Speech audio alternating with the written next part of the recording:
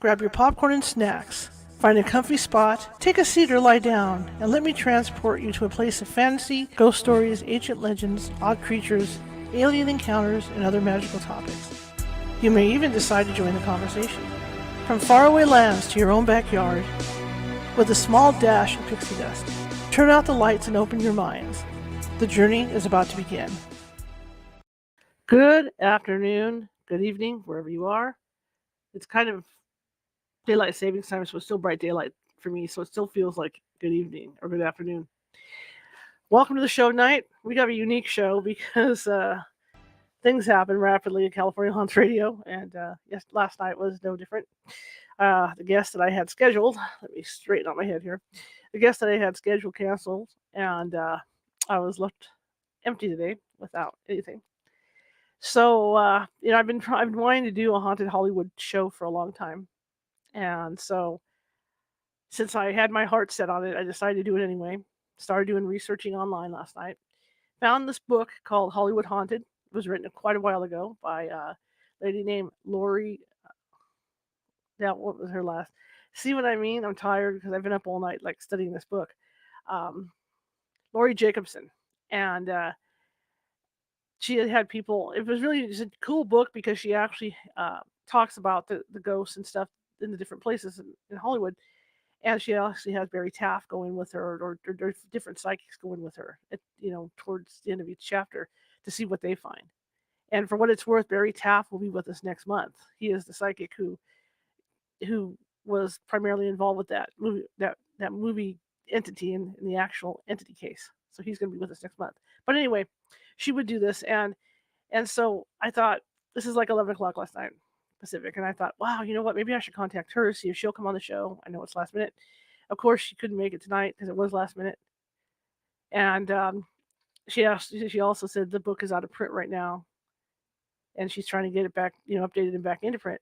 But I decided the book was so cool that I'm gonna go over different places via the book, so you know what it is. It's Haunted Hollywood. It's Hollywood Haunted by Lori Jacobson, and I was able to download it on Kindle last night. So, um, yeah, so I'm gonna be reading stuff out of there of what went on at some of these places. In fact, uh, when I'm gonna call it my gap year in college, when I didn't know what I was going to be when I grew up. I didn't know I was going to go into like this, and that's not like ghost hunting, doing a radio show, do filming for a documentary, doing my own documentary filming and all that stuff. I had no clue I was going to do that stuff. I really didn't. In fact, when I went into my first semester of college, my niece, who was going to Sacramento State at the time, filled it out for me because I really had no clue when I got out of high school what I wanted to be when I grew up. And this was like, I graduated, I'm not going to say when, but I graduated, and I was one of those people that school bored the living heck out of me. By the time I got out of high school, I was ready. I didn't feel like going to the graduation ceremony. I just wanted my diploma out the door. That's how it was. So I had no interest in college. I went straight to work. But then after working for a few years, I kind of thought, well, okay, my interests are changing. Because when I graduated high school, I wanted to be a forest ranger. That was my thing. I wanted to be out in the woods, doing my thing out with nature, listening to the birdies, looking at the bears or deer or whatever. I had no interest in photography at that time. I had nothing. But then after working and being on my own for a while, going through my what I call gap years, 2 or 3 gap years, maybe more than that. It was quite a big gap year, maybe 10 years of gap years, something like that. Owning a couple businesses, in between.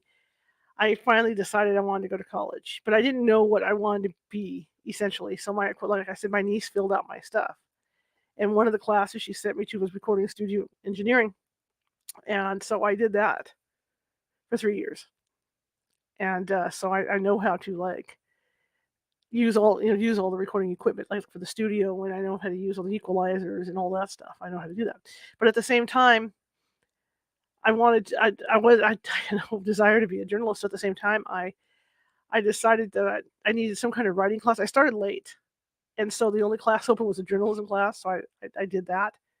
But then she signed me up for photography, and so I took photography, taken journalism, got hooked on journalism, decided to be a journalist. But at the same time, okay, I was double majoring, and my other major was well, actually there were three. There was photography, journalism, and the theater arts because I was really interested in doing something like not so much for film, but for TV video work. And at one time, the college I went to had this real big TV studio, which they didn't use anymore. So I was trying to figure out ways to adapt that to what I wanted to do. So what I did was that with my photography classes, of course, I ended up taking stage lighting. And then I ended up taking, because I was really into horror makeup, I was really good at it. That was something else I was looking at. I was thinking about maybe going to Hollywood and trying my hand, at one of the studios. It was either going to be in makeup or I want to be a Foley artist. So I turned around and took classes in college for stage makeup. I took stagecraft, where you build sets. I did that. I took lighting, which I'm afraid of heights, so me and the cat, me up in the catwalks really wasn't a great mix. But I mean, that's just part of what I did because I thought no matter what, if I turn around and choose photography for a career, it can't hurt to take that lighting classes, right? Okay. Anyway, so this is all building up to something, so just bear with me. So I did all that, passed all my classes, took horror movie, genre classes, everything I could get my hands on for that. And then once I went back to work, I started working with the public access channel in Woodland. And then I got hooked on video. And so I became a video producer. I started my own paranormal team at that. That's when I started the paranormal team at that point. Became a producer for the California Haunts TV show.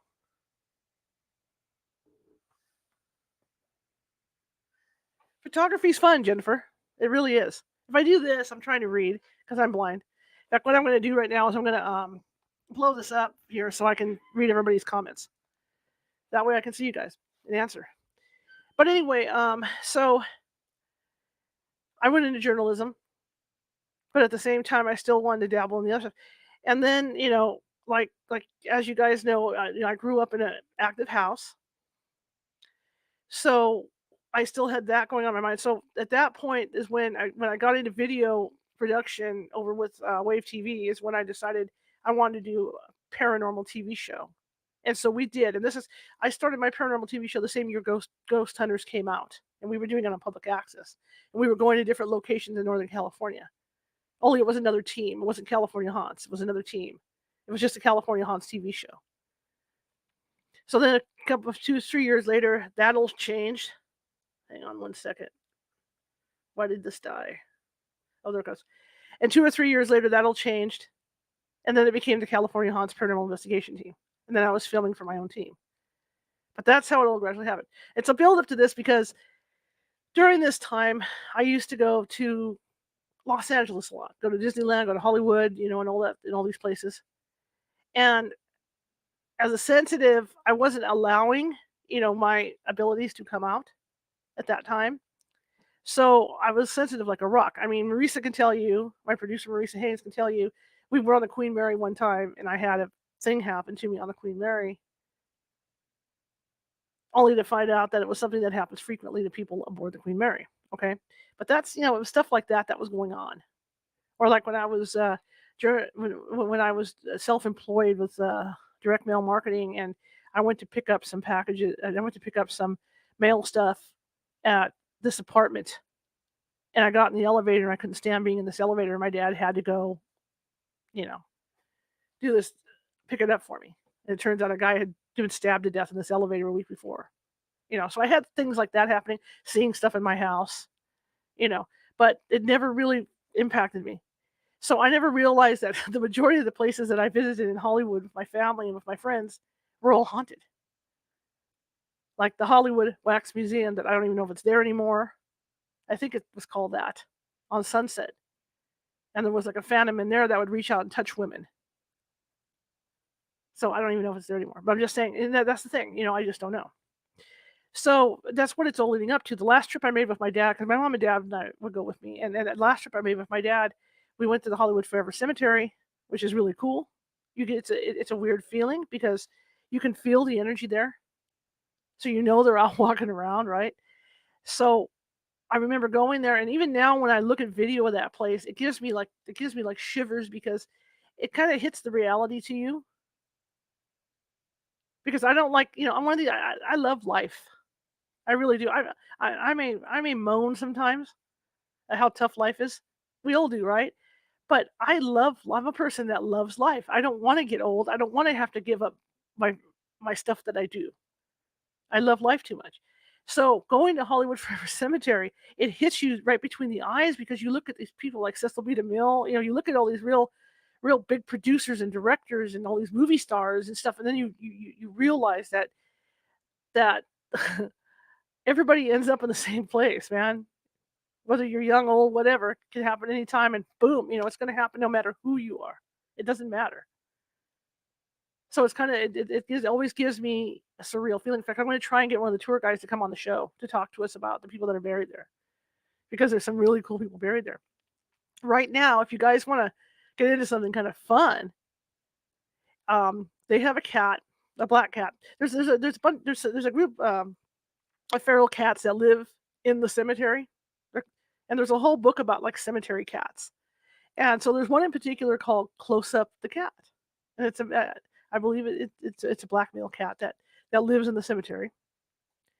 And the reason why it's called Close Up is because it hangs out at Cecil B. DeMille's grave. And so there's an old saying, and I don't remember who the movie star was because there was a movie that was made, and you hear this budding starlet walk up, and she says, "I'm ready for my close up, Mr. DeMille," and that's why the cat's name is Close Up. So this cat hangs out. So you can follow the cat. He has his own Instagram from the cemetery. And what's cool is that they have it set up so that they have a veterinarian that comes out and takes care of the cats. They have living quarters, I think, for the cats and all this. And people on Saturday, that they call their Catterday, come out and bring food and treats for the cats, and all this. And so it's really cool. So you get on Instagram, follow Close Up the Cat. But it makes you wonder because that place is reportedly haunted too. Rudolph Valentino reportedly haunts the crypt area, and a couple other movie stars. So you wonder, because cats are so sensitive to that sort of thing, if they're seeing stuff during the day and at night. It just makes you wonder, because you know how cats will wander at night. So you wonder if they're coming in contact. Wow, you know what? It's like I'm covering up my sign. Hang on. This isn't cool. Somehow it got moved. All right, let me adjust. Okay, let me adjust. There we go. It makes you wonder. I must have bumped it. It makes you wonder if the cats are coming in contact with anything at the studio. I mean, at the cemetery. Okay, but that's a cool account. Go to Instagram. Go check out Close Up the Cat, because he's always got some really cool saying that it's his kingdom and all this is going on. But Hollywood Forever, yeah, they've got a lot of. I mean, that's the majority. I mean, is just huge stars. And I think Burt Reynolds is buried. Just was buried a few months back over by the lake. So you'll see a lot. There's even a thing for Toto over there, but Toto's not buried there. Toto's buried somewhere else, but they decided to put like a statue up for Toto. The Ramones are buried there. FYI. I mean, so it's stuff like that, but that's what makes you realize that when you go into a place like that, we're all going to end up there, right? That's it. It doesn't matter who you are. You can be, rich, Selznick, whoever, whoever you are, you're going to end up there. But it's really a cool place, because I know I have photos, but because that's when I was taking my photography classes. I went to Los Angeles because I had to do like a photo essay, so I did a day at Universal Studios. And then we went to Hollywood Forever, and so I know I've got photos of all these famous graves there. But anyway, my name is Charlotte. I'm going to be now that I blah I'm going to be your host for the next hour. I run the California Haunts Paranormal Investigation Team based in Sacramento. We're 35 strong, up and down the state of California. You can visit us at www.californiahaunts.org, or you can visit our radio show, californiahauntsradio.com. We've got all our archives there, and some other extras too. Okay, if you're watching from YouTube, please subscribe. There's a little ghost in the corner there with a Sherlock Holmes hat on and a magnifying glass. Click on that, and that'll subscribe you. And we've got over 200 videos, and you can see almost every topic under the sun, because we don't just cover paranormal here. We cover other stuff as well. Maybe spousal abuse, murders, whatever. We cover it. We got it covered. Anyway, without further ado, let's talk about some Hollywood ghosts.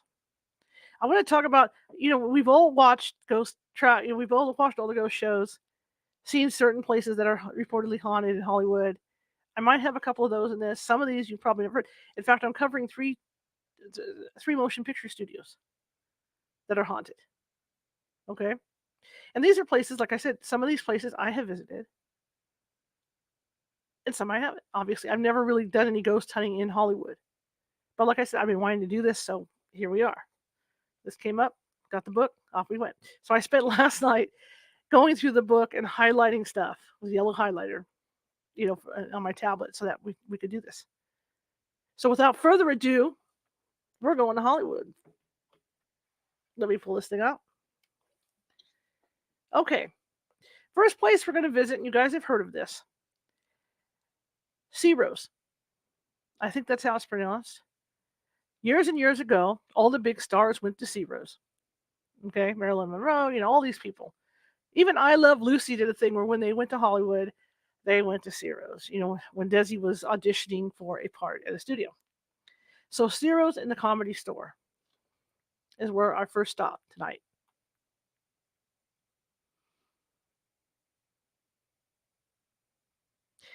Ciro's had a lot of mob things going on in the early days.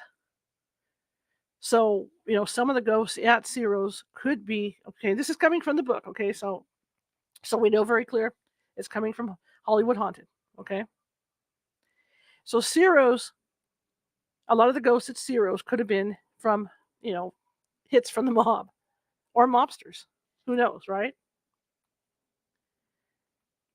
So let me get in here and we're going to talk about this. Ciro's popularity waned in the late 50s, but the building's long tradition of entertainment continued uninterrupted as a rock and roll venue in the 60s and beginning in the mid 70s as the Comedy Store, now owned and operated by Mitzi Shore, mother of Pauly Shore. Quote, I was a cocktail waitress at the store in 1981 and 82. This is from the author. Richard Pryor, in preparation for his film Live on the Sunset Strip, performed there every night. The store did draw celebrities like Bette Midler, Mick Jagger, Peter O'Toole, Sugar Ray Leonard. In the middle of it all, Robin Williams or John Belushi would jump on stage and the place would go wild. The new kids in town, Gary Shandling, Michael Keaton, Arsenio Hall, Richard Belzer, Sam Kinison, stood in the back awestruck. But when the laughter died out and the last glass was washed up, another kind of show began. In the early morning hours, when the store was quiet, the store was in the hands of comic Blake Clark, who doubled as doorman and security.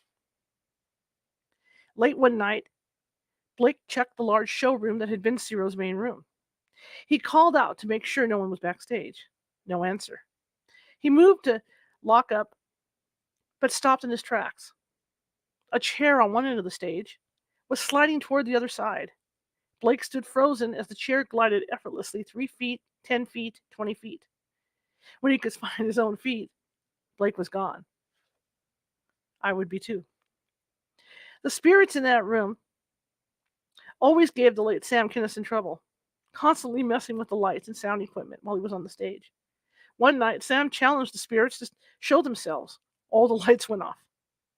Another time, Blake was closing up the main room and could hear Sam doing his act in the original room next door. As Blake waited for another employee, he heard a low buzz of voices. Besseman, Besseman, Besseman. Sam got louder, reaching his trademark scream, and the buzzing got louder too. Blake could now make it out clearly. The voices were chanting angrily, "It's him, it's him, it's him." But sightings were limited to nighttime. One afternoon, as Blake played a video game in an annex off the kitchen, he felt a man watching from several feet behind him. Out of the corner of his eye, he saw a guy in a brown leather bomber jacket. Finally, Clark turned to acknowledge him. I could see through him. Then he disappeared, Blake says. I just ran. Later that afternoon, Debbie Dean, an assistant, walked into her office on the 3rd floor. A man in a brown leather bomber jacket was crouching in terror in a corner near her desk. A moment later, he faded away. When Debbie and Blake compared notes, they were convinced they had seen the same man.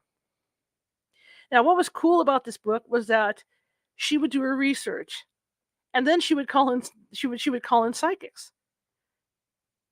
So What she says here is psychics believe that ghosts often recreate the circumstances of their deaths. If that's true, then it would appear this man meant his maker here. The mob had his fingers in this club back in the 40s and 50s.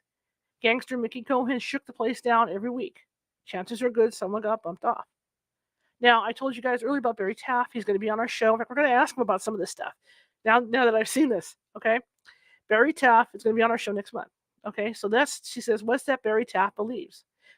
There were so many occurrences at the store that Debbie called UCLA's parapsychology team in the summer of 1982 and asked to investigate. Taff and his partners conducted an uneventful exploration of the club until they got to the backstage dressing area of the main room, where Blake had seen the chair move. While the team discussed matters in the back room, 2 coins materialized from thin air, falling from the ceiling. Taff was excited. Later, the group was led to a storage area under the stage. When he entered this basement, Taff fell to the ground, stricken with agonizing pain in his legs. If there is something physical to pick up on, he says, I always feel it. His powerful psychic ability had tapped into the excruciating pain that someone, sometime, had suffered there. He felt strongly that this pain was no accident, that it was purposefully inflicted. To Taff, the basement felt like the heart of the building, where the mob carried out evil deeds. And Blake Clark agrees. Around 3 o'clock one morning, he heard a low, guttural growl emanating from the basement. The middle gate padlocked across the entrance began to bulge out, as if a tremendous weight was pushing against it. The gate groaned against the weight, then suddenly snapped back to its original position.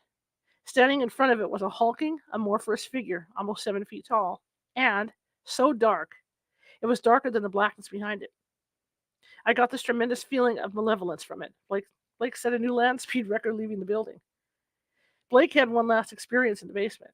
He went downstairs with another comic, Joey Gavner. Within seconds, Joey, terrified, held his hands up in front of him, yelling, Don't come near me. Nope, stay away. Blake looked where Joey was looking but saw nothing. He looked at Joey and could see his breath as if it were freezing cold. Yet, when he touched Joey's hands, they were burning hot. Just then, a piece of black cardboard dropped from the air and hit Blake on the hand. He picked it up and turned it over. His name was written on it. Blake won't go in the basement anymore. So I mean, that store is still there. Now, the author continues in here and says, in April 1994, she returned to the store to film a segment of Haunted Hollywood for a news show. Barry Taff came. As I went before the camera in the main room, Taff watched the taping, aware of activity and people passing behind him, including 3 men watching from the back. When we finished, the crew packed up and left. Taff was the last one out. He turned to acknowledge the men. They were all wearing 40-style suits and wide lapels. And as Taff looked at them, they disappeared. So Ciro's is a very active place. I've been in there. I've been in the comedy club. It is a weird feeling when you're in there. But of course, there were a lot of people in there when I was in there. So, take it for what it's worth. But it is a very active place. So as we move on. Also, I can vouch to the mobster thing because I remember doing an investigation at Brookdale Lodge, ran into the same thing, the mobsters. It was an incredible experience, but yeah, we ran into mobsters there too. So I mean, yeah, especially the speakeasies. Like you do the Ride Hotel and you run into speakeasies. There's a speakeasy down there. As I move on, so you could still go to Ciro's. You go to Los Angeles, you could still go to Ciro's. I don't know. It might be. It might be on the ghost shows. I don't know. I have no idea. I haven't watched those ghost shows in a long time, so it just might be on the ghost shows. Now we're going to talk about some of the studios. Some of these studios have been around, since the 20s. Even before that, Buster Keaton worked in, guys like that. Studio 28 at Universal Studios, they just closed that in 2014. That was where they filmed Phantom of the Opera. Both versions of Phantom of the Opera, because you have the one with Lon Chaney and then you have the one with the other guy. And that was reportedly majorly haunted. In fact, I'm wondering because they built one of their new, how Universal has done an expansion and turned it into an amusement park and all that. They built one of their expansions on top of where that haunted studio was. So it makes you wonder, if things happen on that particular expansion, but there's no word on it. Culver Studios. Pioneer filmmaker Thomas Ince, I hope it's Thomas Ince, on Hollywood history was so enormous that the French called him the film's first prophet. He set production ideals to what the industry aspired for years to come. Sadly, though, he is remembered more for his death and his tremendous contribution to the art and craft of movie making. Ince died in November 1924 while celebrating his 43rd birthday aboard William Randolph Hearst's yacht. The abruptness of his death and his stature in the industry generated a series of sensational rumors. The most enduring is that Hearst caught his mistress, Marion Davies, kissing Charlie Chaplin and shot at him, accidentally hitting and killing Ince. The small party on board, including Luella Parsons, God help them, Luella Parsons, right? Miss Gossip, who later made a deal with Hearst for a syndicated gossip column, see, I told you, was sworn to secrecy. The visionary producer, director, writer built what is now Culver Studios in 1918. The lot changed hands several times after his death, with each owner bringing a new, distinct era. Cecil B. DeMille, Howard Hughes, David O. Selznick, see those names? Desi Arnaz and Lucille Ball all made significant contributions to film and television history on this lot. Gone with the Wind, King Kong, Citizen Kane, E.T., and television's The Untouchables, Lassie, Hogan's Heroes, and Batman are just a few of the classics that were shot. Rumors about hauntings have persisted for years. Employees report ghostly security guards patrolling the lot at night. Others recount seeing the ghost of a man climbing the stairs of the main administration building to the executive screening room, originally Ince's private projection room, on the second floor. And guards on the third floor have been frightened by the apparition of a woman from time to time. She disappears quickly, leaving a cold spot or chilling wand in her wake. Now, and I agree with this, remodeling can be extremely irritating or upsetting to a spirit. Just prior to some major reconstruction in 1988, Ince's ghost began to reveal his displeasure. The first to encounter him were two workers who reported seeing a man in an odd bowler-type hat watching them from the catwalks above stage 1, 2, and 3. When they spoke to him, he turned and walked through the second floor wall. Later that summer, special effects man Eugene Hilshev was swapping stories with a worker who had seen a man wearing an odd hat, this time on stage 2 and 3. Hilshev, it's spelled different, so this time, thought the ghost might fit the description of Ince. What the worker said next convinced him that it was indeed him. The spirit had turned to the worker and, in no uncertain terms, told him, "I don't like what you're doing in my studio." Then he disappeared through a wall. Much of Ince's original lot was saved, and the sense of history is very strong. Today, Culver Studios is one of the busiest lots in town.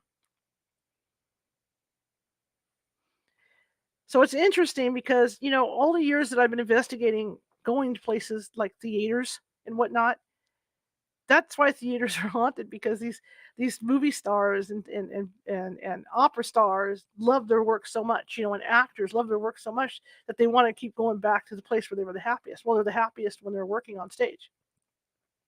So that's why you're going to get a lot of hauntings, in like opera houses and theaters and studios like that, because of that, right? Okay, Universal Studios. We already talked about this.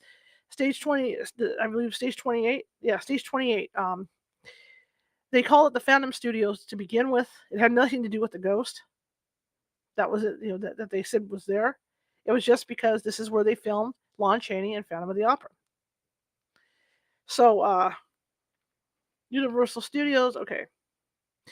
One of Charlie Sr.'s greatest triumphs.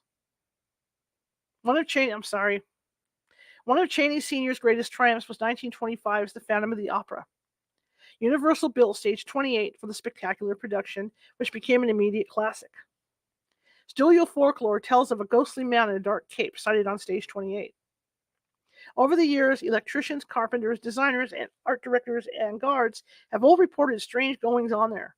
Even people who didn't know the history of the stage reported seeing a man in a cape running on the catwalks.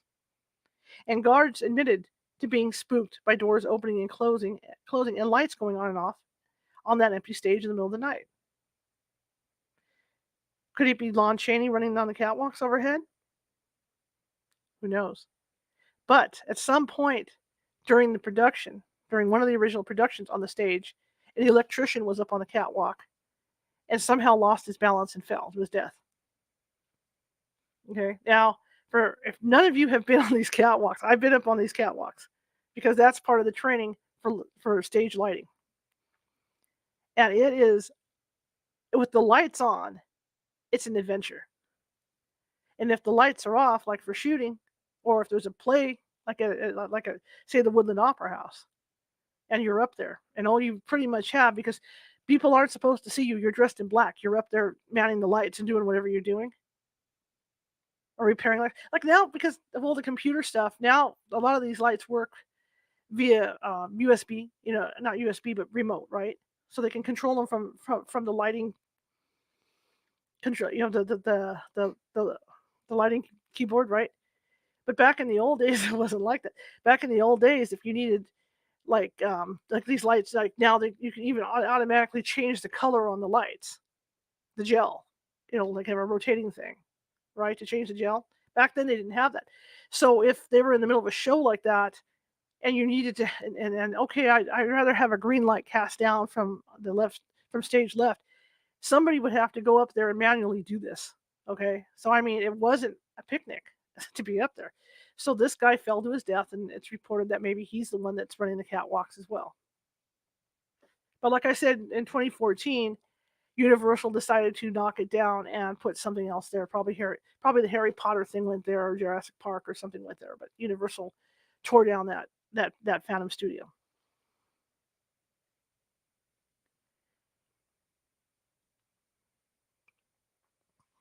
Raleigh Studios, Raleigh, Stage 5, haunted for over 60 years. This is another story of an electrician that fell from a catwalk. So Raleigh Studios, built in 1914, has a rich history that includes names like Dolores Del Rio, Hopalong Cassidy, Charlie Chaplin, Frank Sinatra, and Kevin Costner.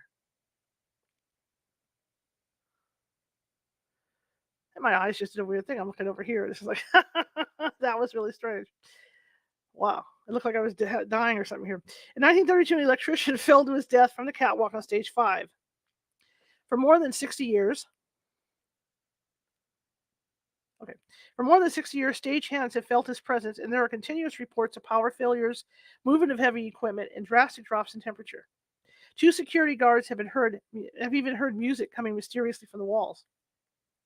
Studio employee Don Kane remembers a specific incident in 1972. As he locked Stage 5 on a Sunday night about 10, I called out, "Is there anybody here?" And it was quiet. Kane was almost out the door when he heard a voice shout back from the catwalk. He looked up towards the rafters. The work light mounted 5 feet from the catwalk and, weighing close to 300 pounds, began to swing in an arc 6 to 8 feet. Kane again called out, but no one answered. He turned to his assistant. "You did hear a voice, right?" The assistant nodded. Kane, nervous, backed up, closed the door, and walked away. In 1994, she says they took 3 parapsychologists, Dr. Barry Taff again, Barry Conrad, and Jeanette Batten, knew no details, only that Stage 5 was purported to be haunted. The second they stepped onto the stage, all 3 felt an intense sensation of falling over backward. Taff even grabbed my arm to catch himself. They were convinced something was wrong with the floor until we told them the spirit who haunted Stage 5. So this is still in existence. In fact, its name now is Sunset Las Palmas Studio. So the studio still exists. Okay, so we're moving on now to this stuff. There's theaters in here, but like I said, we've talked about the Opera House and the different people that, the ghosts that haunt like the Woodland Opera House and stuff, and why they do it. I mean, it's generally for the same reasons, in everyone, but we can talk about, because some of these theaters aren't there anymore. But let's see if maybe Grauman's is in here. Because I was kind of skipping around last night to try and find stuff to talk to you guys about that, that places that, just places that you hadn't really heard of.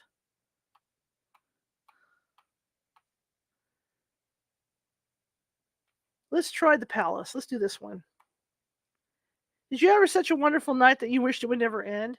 Or maybe there's one you'd like to relive just one more time. Or maybe 10 more times. The palace has provided many such nights for the young and old alike. Folks have been flocking here for almost 70 years, and a few don't want to go home. Opening in 1927 is the Hollywood Playhouse, one of 4 legitimate theaters in Hollywood. Over the years, it has been home to Fanny Brice's Baby Snooks radio show, Ken Murray's famed Blackouts Theater Review, and such television shows as This Is Your Life, The Hollywood Palace, The Lawrence Welk Show, a one and a two, sorry, The Merc Griffin Show, and many Bob Hope specials. Since then, the palace has been remodeled as an ornate nightclub, the site of television specials, premiere parties, and film locations, and a showcase for top music artists. With such a list of credits, past and present, there's no question that the palace has played host to more stars than any other theater in Hollywood, while at the same time providing thousands of people with some very special memories. Some of them, it seems, have come back for more.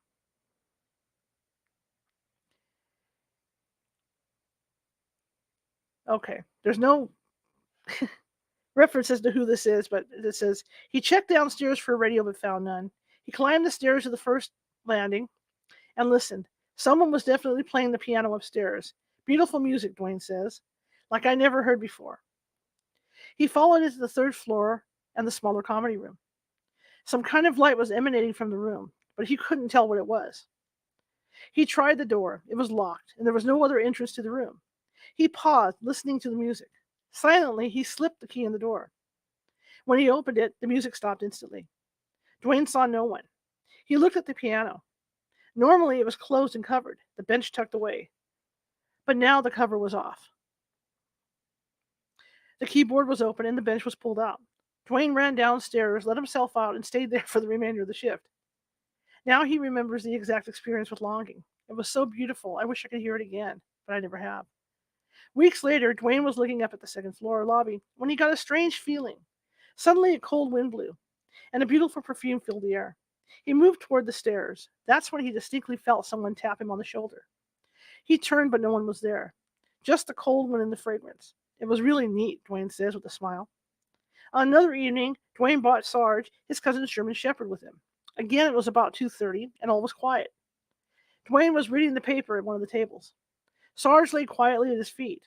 Suddenly, the dog picked up its head and stared at the left end of the stage. Dwayne looked where the dog looked.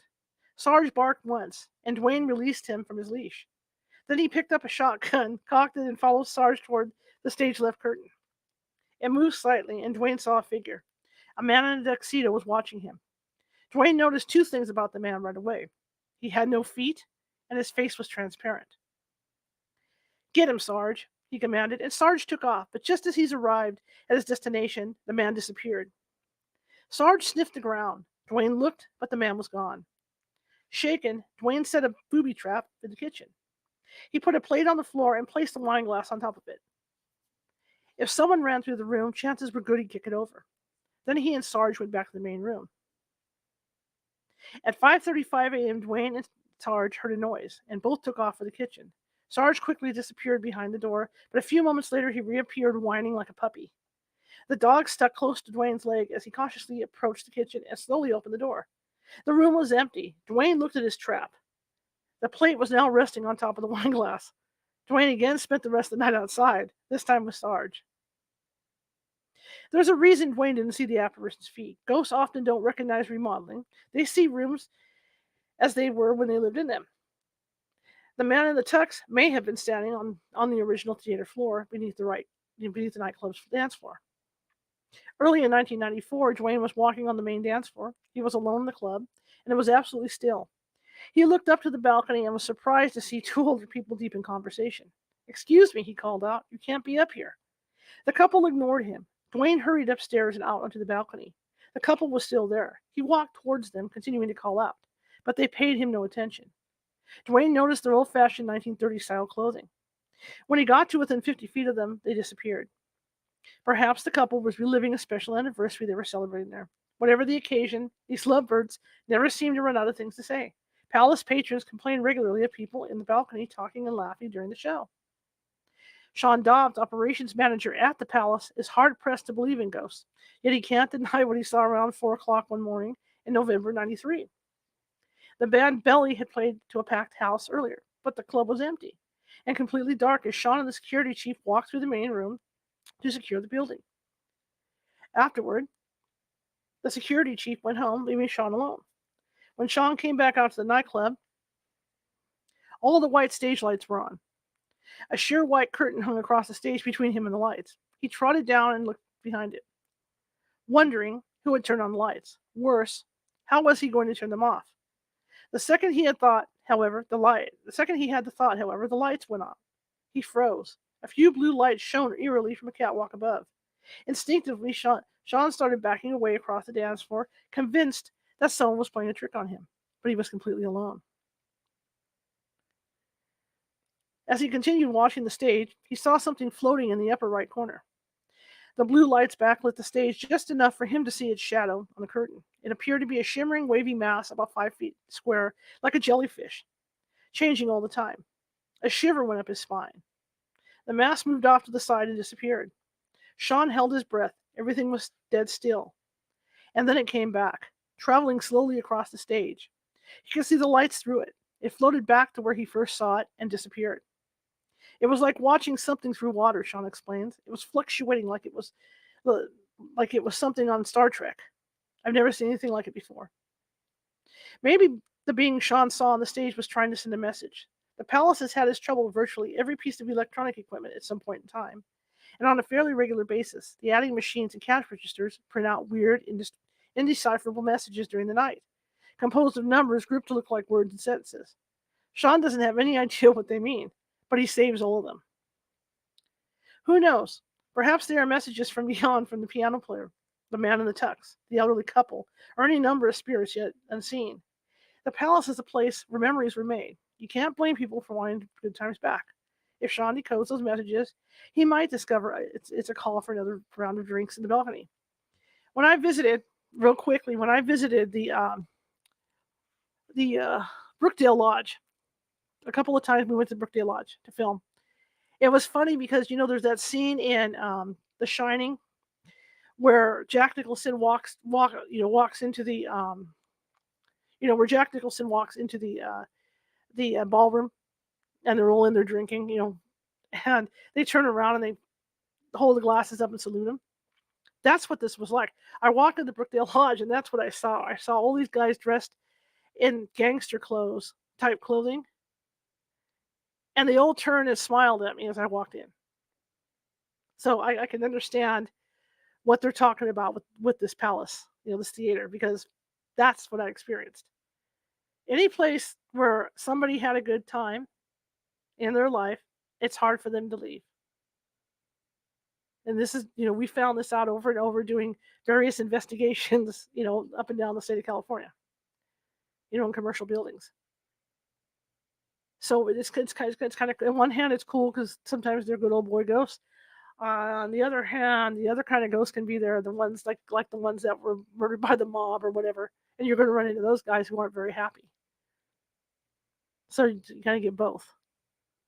But on the up and up, usually it's ghosts that enjoy themselves so much doing something in that particular location that they don't want to leave. They still want to stay there. In fact, with the Brookdale Lodge, it was funny because we were talking to one gentleman, and he didn't really want to talk to us because we were filming, and his attitude was he was there, but his wife wasn't there, so he was cheating on his wife. So he did not want us to put him in our documentary. That's what he told the psychic. He did not want us to put him in our documentary because he was afraid his wife would find out. So we had to assure him that, that his wife would not find out, that he was at the Brookdale Lodge cheating on her. So, you run into stuff like that all the time. So we're going to talk about a hotel that's been on TV, the Roosevelt, because I think it's significant. A lot of big stars stayed there. Again, I've never gotten to go these places yet. I will. Now that I'm older, I can do my own thing. I will go. But we're going to look at some hotels. And we're not going to talk about the Cecil. Okay, we're not going to go there. The first one we're going to talk about is the Alexandria. And it's called the Alex, circa 1945. The $2 million hotel was so popular that an 11-story annex was added to the original 7 stories just 3 years after it opened in 1906. Today, at the corner of 5th and Spring Streets, is the center of downtown Los Angeles, stands a faded remnant of Hollywood's rich past. Hundreds of people pass it daily unaware that Churchill, Bernhardt, Caruso, Chaplin, Paderewski, King Edward VIII, Presidents Taft, Wilson, and Theodore Roosevelt, and dozens more of the world's most powerful and talented personalities were once familiar names on the guest register. And at least one early guest may still wander the halls. The once majestic Alexandria Hotel centered to the professional and social needs of the business community of 1906 Los Angeles. With several theaters and restaurants in the area, the Alexandria became a natural meeting place for the newly arriving movie crowd. By 1910, one need go no further than the lobby to find virtually everyone of importance in the business. This is where the power lunch and networking were born. As LA developed in a westerly direction, the movie colony abandoned the Alex for the newer, more modern Biltmore and Ambassador hotels. The once grand hotel became a ghost of its former self, and so it remained for half a century. In the early 70s, the hotel received a $2 million facelift. Two actresses strolling downtown a summer afternoon ventured inside to see where so much history had preceded them. But Nancy Malone and Lisa Mitchell were disappointed to find not a single reference to the history of Hollywood there. They lamented the omission to the owner, who was so impressed by the women's breadth of knowledge that he hired them to help bring that flavor back. Nancy and Lisa named rooms for the hotel's famous residents and decorated them with portraits of the stars. In the hallways, they hung photographs of Hollywood during the hotel's heyday. I believe the past leaves its energy in places, and I'm very respectful of that, says Nancy, a director and Emmy-winning actress. We were thrilled to be dealing with all that treasure. After weeks of work, Nancy felt comfortable and safe in the hotel. She had heard stories about a ghost haunting in the halls, but as she worked alone at 2 a.m. one September morning, a ghost was the last thing she expected to see.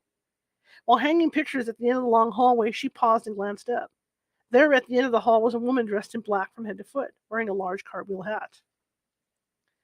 Her dress was beautiful, Nancy recalls, with an almost bustle back, and the hat had a veil. She seemed to be a woman in her 30s or 40s. In one fleeting moment, I saw her walk about 8 feet. Her walk and her carriage were beautiful, more like a glide.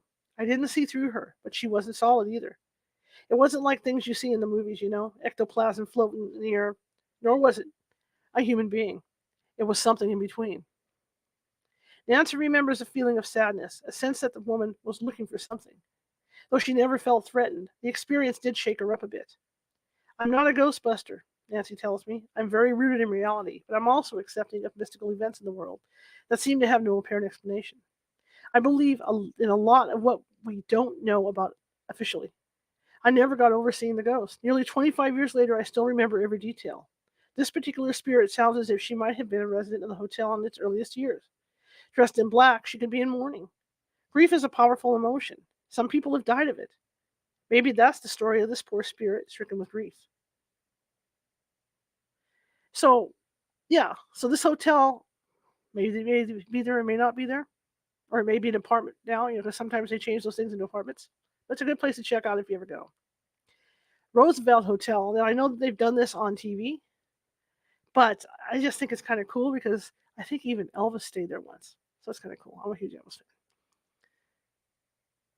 We know Montgomery Clift stayed there. Marilyn Monroe stayed there. When you ask staff at the Hollywood Roosevelt if it's haunted, the answer is an emphatic yes. In fact, they're quite proud of their ghosts, which is fortunate because in this celebrated hotel, there's an abundance of apparitions to be found from the boiler room to the roof. As the film business grew and people flocked to Hollywood, local residents saw the need for a prestigious hotel. The city's reigning king and queen, Douglas Fairbanks and Mary Pickford, helped make the original Roosevelt a reality. And the grand opening of the luxury hotel in 1927 hosted the biggest stars of the day. Among them, John Gilbert, Gloria Swanson, Greta Garbo, Will Rogers, and Clara Bow. In 1984, the historic hotel underwent a $12 million restoration, bringing back its original glory with some of its old friends. And with it, some of its old friends. Since the renovations, ghosts have been coming out of the woodwork. 2 weeks prior to the 1985 grand reopening, a spirit was discovered in the Blossom Room, a ballroom that hosted the first Academy Awards banquet in 1929. The spirit took the form of a coal spot, a circle of about 30 inches in diameter and more than 10 degrees cooler than the rest of the room. Psychics have felt the presence of a man in black who was suffering great anxiety, perhaps a Tuxedo Academy Award nominee waiting for an envelope. On that same day, an employee dusting a mirror in the manager's office saw the reflection of a blonde. She turned to speak to the woman, but there was no one standing behind her. Yet, when she turned back to the mirror, the reflection was still there. The mirror hung in Suite 1200 often, which was used by Marilyn Monroe. Two psychics have read the mirror and felt great sadness. Parapsychologists believe that long after the spirit departs, intense emotion and energy can remain. It's possible that some of Marilyn's sadness is reflected, indeed, trapped in the mirror. As guests arrived at the newly refurbished hotel, the staff was alerted to more inexplicable activity. They frequently heard complaints about loud talking in a room next door or children playing in the hallway. When security personnel checked, though, they found the hallways clear and the rooms unoccupied. Phones were lifted from receivers in empty suites 3 times in the evening. A lobby maid was pushed into a supply closet by unseen hands. Other employees reported strange shadows. Many refused to work on the 9th floor at all, saying there was something strange, particularly in and around room 928 at the end of the hall. Actor Montgomery Clift lived in room 928 for 3 months in 1952 while filming From Here to Eternity. He often paced the hallway, rehearsing his lines and practicing the bugle. Maids have felt something cold brush by them in that section, while others have felt a strong presence watching them or walking at their side. On a November night in 1992, an overnight guest in room 928 felt a hand patting her shoulder while she lay in bed reading. She turned to say goodnight to her husband, but he was sound asleep. In 1989, a television film crew planned to shoot at the hotel, but the ghost wreaked havoc with their equipment. As the crew set up cameras outside Clift's room, the house lights went out. When they finally came back on, the sound equipment broke down. Then the lights went out again, and the film jammed inside the camera. When the crew tried to shoot the Monroe mirror, the smoke alarm went off. And in the Blossom room, the cold spot caused the audio equipment to malfunction. In 1990, a couple strolling on the mezzanine followed piano music out on the balcony overlooking the deserted Blossom room. They saw a man in a white suit standing next to a piano. He did not respond to their greeting, and when the couple walked closer, he disappeared. A thorough search was done, but no man in a white suit was found. 2 days later, a hotel engineer, working on the 3rd floor directly above the mezzanine, glanced down the hall and saw a man wearing a white suit and old shoes. The engineer called out to him but got no answer. The engineer walked closer, to within 3 feet, and asked the man if he needed help. As he watched, astounded, the man in white walked right through the fire door. In the spring of '92, psychic Peter James conducted a series of midnight investigations in the Academy Room, originally the hotel library and the room used for meetings of civic or social groups. James found a very cold spot, which he described as a tubular shaft that spirits use as an opening to enter this plane. Apparently, the room was their gathering place, too. James also encountered the ghost of a little girl who said her name was Carol, or Caroline, and that she was looking for her mother. In the penthouse library, James encountered Caroline again. She was crying, so he tried to comfort the child. She was afraid her mother had been hurt. As James tried to learn more, Caroline said she had to find her mommy and vanished. Several months later, the PBX operator found a delightful little girl playing in the lobby in the early morning. She was about 5 years old, dressed in a pink jacket and blue jeans. Her light brown hair was pulled back in a ponytail that bounced as she sang and skipped around the fountain. As the man crossed to the front desk, she followed. "Is that your little girl?" the operator asked. The man looked perplexed. When the operator looked back at the child, she had evaporated. Another Caroline sighting? James felt the impressions of many celebrities throughout the hotel grounds. Monroe near her favorite suite by the pool, Errol Flynn, Betty Grable, and Edward Arnold in the Blossom room. Gypsy Rose Lee and Ethel Merman in the poolside Tropicana bar. Humphrey Bogart, Charles Lawton, and Carmen Miranda were there too. As with Monroe's mirrors, these impressions are probably the result of residual energy from memorable times that these people spent at the Roosevelt. See, again, it's because they all had a good time there. They don't want to leave. I do too. There's places I want to go. That'd be a cool thing to do for like a ghost hunt. These people don't want to leave these places because they had. Oh, here we go. James also communicated. I didn't see this part of spirits with lesser known folk. He descended into the boiler room, following Following his theory that spirits would tend to gather near the building's energy source, he sensed a number of spirits, including one identifying himself as Ron or Ronald, who claimed the room as his domain. Halfway down the steps, James distinctly felt someone slap him on the rear. James had heard of people's experiences with Monty Cliff's spirit and wanted to spend the night in room 928. Outside the door, James clenched his fist in response to the intensely angry energy he felt coming from the room. But at 2 a.m., he climbed into bed and quickly fell asleep. 90 minutes later, he was awakened by the sensation of a heavy weight lying across his body. Trapped and held on his side, he struggled under it, barely able to move. Slowly, he was able to draw in a deep breath and throw his arm backward. When he did, the weight lifted. It felt like a person had been lying on top of him. Eventually, James fell back to sleep, but at 5 a.m., he awoke to see the shadow of a man seated in a chair in the corner. He would not respond to James, rather. He just sat and watched for close to 30 minutes. Then, without warning, he got up, walked toward the bathroom, and disappeared. The ghost looked like Cliff, and James sensed that the spirit was trapped there, unable to find peace. A young security guard, I'll call Jerry, knew nothing about the ghost when he first started at the Roosevelt. Not that Jerry ever thought about ghosts. He didn't, but he does now. On my first night, he remembers, I went to sleep early in an unoccupied room so I would be alert for my 2 a.m. shift. I was awakened by someone shaking my shoulder. I turned on the light, but no one was there. I looked around the room, trying to figure out what might have happened. Finally, I went downstairs and mentioned it to security. When I asked them what they thought it might be, they just looked at each other and smiled. Jerry experienced what he now calls the usual self-feeling of presence in the hallway, especially in Cliff's area. Guests bolted out of their suites from the inside. Guests bolted out, of their suites from the inside. Calls to the switchboard from empty rooms. Then one summer morning, around 3, security cameras showed a man enjoying a dip in the pool. Jerry went to check it out, but saw no one. The guard at the desk told Jerry via walkie-talkie that he could clearly see a man in the shallow end. I'm telling you, Jerry, Jerry radioed back as he waved his arms through the empty air. There's nobody there. But on the video screen, the guard saw Jerry waving his arms through his arms to the head of a man standing in the pool. Most guests are completely unaware of the ghost. The majority never feel a cold wind against their arms, nor do they see vanishing piano players or even Marilyn Monroe's reflection. No, most guests enjoy a peaceful stay and a touch of old Hollywood. A special few are looking for old Hollywood to touch back. Those who hope to catch a glimpse of Montgomery Clift in room 928. But for the most part, the Hollywood Roosevelt affords visitors a quiet look at Hollywood's past. Every once in a while, however, a guest will call the front desk to complain about noisy children playing in the hall. So there's a few Hollywood haunted. Like I said, I was hoping to get, a couple extra people on there, but didn't work out. Let me move myself over. I think that's why my eyes look. I freaked myself out.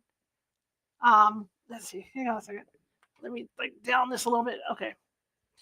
I freaked myself out because I was looking off to the side too, because when I enlarged the chat room, my camera view went over there, so I was freaking myself out looking at stuff. But anyway, I can vouch when they talk about, and what's interesting is about the cold spot that they talk about in the Blossom Room, because when we went out to the Murphy's Hotel and did the Mark Twain Ballroom on our first trip out there, it wasn't a cold spot that they were able to trace. They were tracing a round ball of EMF that was traveling around the room. So it's kind of interesting that it's a similar experience, except one was a cold spot and one was EMF. So a lot of this stuff they're talking about is stuff that we've experienced, just like going back to the Brookdale Lodge. There's a little girl that haunts the Brook Room. If you've never been to the Brookdale Lodge, you're in for a treat if they're open again now, because they have a brook. It's built over a brook. So when you go in, there's a restaurant in there, and this brook runs right up the middle, and it's really cool. It just runs right through the building. And this little girl haunts the brook, and that was a cold spot when we were there. That was something that we followed around because we could trace where she was by this cold spot, and she runs all over there. She apparently drowned in the brook at some point. So she, runs up and down the sides of the brook and all that, gets close to the water, gets in the water, that kind of thing. So, I mean, it's just a lot of comparable stuff, because when they talk about that little girl, Caroline, right? It's a similar kind of haunting as the Brookdale Lodge has. So it's really neat to read these things, because this is why ghost hunting groups keep files too. The other reason why we keep meticulous files on our clients, because there might be a case that we can go back Like, for instance, let's say I go to the Roosevelt Hotel and we start investigating stuff there. We hear about the Caroline, we hear about the cold spot that's roaming around the room. Now we can go back into our files and go, oh man, we had a case. Where was, oh, it was Murphy's, where we were following that ball of EMF around. Or, oh my gosh, the little girl, Brookdale Lodge, where the little girl runs around. So there's similar cases where similar things happen, right? So that's one reason why we all keep really meticulous files as ghost hunters. Okay. But I would love to go with a group and investigate some of these places. That's one goal I have before I die, before I meet my maker, is to go with all this cool equipment we got. I'd love to get in these places and go, especially with the psychic team that I have, to get in there and really take a look around Montgomery Cliff's room and that kind of thing. I wish we could get access to these studios. That'd be kind of cool. But there's nothing more creepy than a studio in the dark, or a big theater or an opera house, and you're going through there in the dark. It's creepy as hell. There's another report too that I read online that Madame Tussauds, there's claims that the wax figures move by themselves. Scary. I think the one in Las Vegas has that issue, because that's where the guy goes in the back room, because that used to be part of one of the big casinos, because we always wanted to go back to Las Vegas and see if we could get in there. And they say that they could hear Elvis singing in the one room that used to be the showroom of the Frontier Hotel. And that's part of the wax museum. That's part of the Madame Tussauds thing. But they hear Elvis in there. And that's where they have reports also of the wax figures moving by themselves. But I'll tell you something. If you do an investigation, even with, the Railroad Museum downtown, or any museum you do, okay, like we have done museums, they always have mannequins in these museums. And I can tell you from experience that if you're in there in the dark and you're running around with flashlights and you come across these mannequins, it looks like they're moving because of the shadows. You know how the shadows are cast when you're walking? It does look like they're moving. There's nothing more creepier than doing an investigation where there's mannequins. So I can imagine the people that have been able to do Madame Tussauds and places like that, what it's like for them to go in there and investigate, because it is creepy. Because they're all standing there, So yeah, I can't imagine. Just like I know the Madame Tussauds, or I think what used to be the Hollywood Wax Museum, one of them used to allow parties. So you could have a party in whatever themed room you wanted. So you could rent it out, right? And you want a birthday party or a dance or whatever.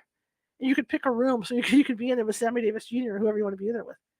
And I can't remember, don't hold me to it out there in video land of who it was, whether it was Madame Tussauds, the Hollywood Wax, the other museum, the one in Movie Land. Sorry, I was thinking Movie Land in Buena Park. I think it was Movie Land. Used to let you rent the rooms out and stuff. You could go in there with all these stars and have your food and have your hors d'oeuvres and stuff. But it's creepy. I mean, we have done a couple museums where they've had mannequins. And you're walking, and of course you're in the darks, and you're walking around, and you keep coming across these mannequins. It's scary stuff. Well, look at my cats. I go out to see my cats. The room's dark, and I got my big bright light on my head, trying to see my cats. And every time the cats look like they're stoned. Every time I move my light around, the cats are like looking around like this. They're really into it.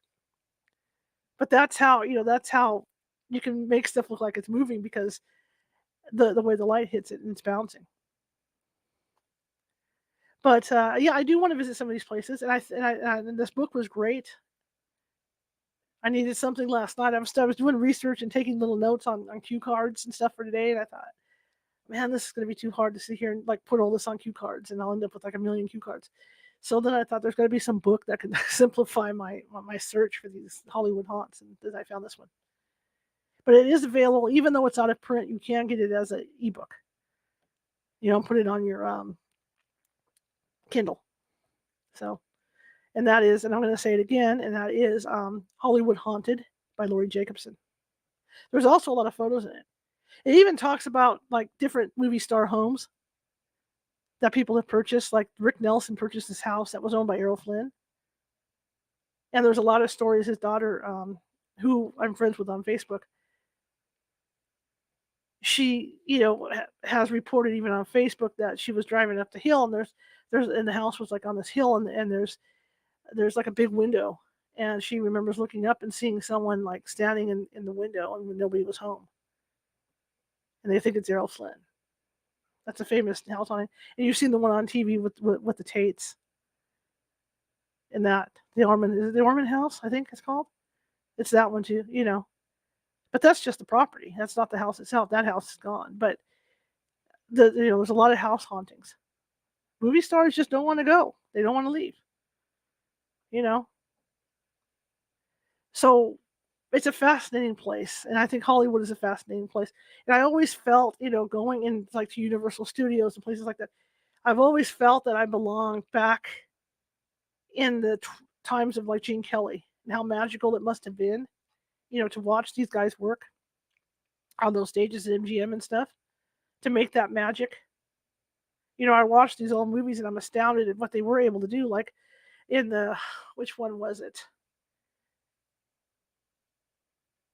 I think it was the Gene Kelly, the American in Paris, where there's a curving stairway, and the French singer, I believe it was Maurice Chevalier, and I think it was. I'm not positive. Don't hold me to it because I think he was in Gigi. I'm probably confusing the guy, but there was another. There was a French actor, and as he's singing, he's going up and down these stairs. But what's interesting is because they did not have the technology then that they do now. And as he's stepping on these steps, going up the stairs, they're all lighting up. They're white stairs, obviously, because it's black and white. But as he's stepping up the stairs, they're lighting up. Just like, we have these little piano keyboards that we mess around on. The lights come on to show you where to push, where to push the keys and stuff. This is what was happening when this guy was singing and going up these stairs. So it amazes me the technology that they used back in those days, that they were able to, the effects and stuff that they were able to generate for these movies. So I always find it awe-inspiring to see that. And I always felt that maybe in another life, that's where I worked, was at a studio somewhere, because, I'm so drawn in by it all. I'm always looking at that stuff, and that's why I took that in college and yada, yada, yada, yada, yada. But anyway, that's my little trip through Hollywood. Hopefully, I might get, I'm thinking about getting a hold of the people at the Hollywood Forever Cemetery and maybe getting them on to talk about the people there. Okay. And we'll see what I can do about that. But it's an interesting thing. And then maybe if I do that, I'll be able to get my pictures so I can show you guys, that I took when I was there originally, off the negatives, and show you guys. But I thought I've been wanting to do this for a while. And so when everything fell apart, I thought, well, I'm just going to plow through and do it anyway. That's just how I am.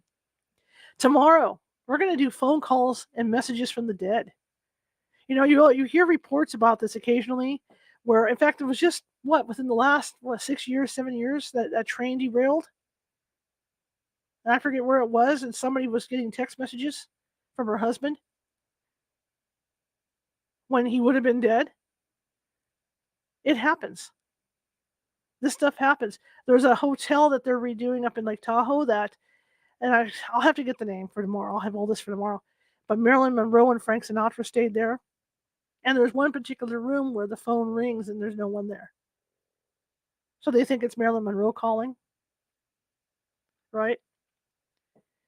So, yeah, I mean, it does happen. So we're going to talk about that. This lady that's going to be on with me, she does not, she have any, she's never written a book or anything about it, but she runs a website where she talks about different paranormal stuff. And one of the pages on there is stuff about phone calls from the dead.